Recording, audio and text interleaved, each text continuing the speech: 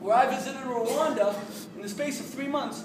They took 880,000 people and slaughtered them in 3 months, between April and June 1994. It was a faster genocide than the Holocaust. And by the way, it was all low-tech. The Hutus didn't have the machinery of death of the Nazis. They didn't have the Sutter Commando. They didn't have the Einsatzgruppe. They didn't have the gas chambers. They didn't have Zyklon B. Unfortunately, they had to kill every single person with their bare hands, with a club, or with a machete. And you know what the world did? Nothing. Zero. Nothing. President Bill Clinton had just been traumatized by Black Hawk Down, the killing of 23 American soldiers in Somalia.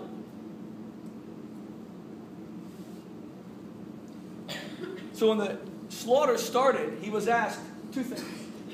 Well, 3 things. First of all, military intervention? They said no. He was then asked, the entire genocide is being broadcast from a single antenna, the RTLM antenna in Kigali. A $57,000 missile would have taken out the antenna. No. Then they were asked, use American anti-frequency devices to jam the signal. They said no. 5 African nations finally in May, when about 500,000 people had died, 5 African nations came together. They said they're going to move into Rwanda, they're going to end the genocide.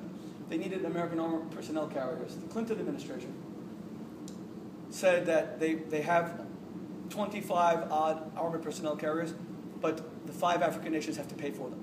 They started to negotiate for a month about how much it would be. The United States wanted $15 million.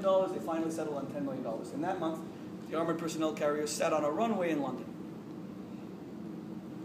Paul Kagame, the current president of Rwanda, finally said, you know what, enough is enough. Mustered his troops of the RPF, and he ended the genocide himself.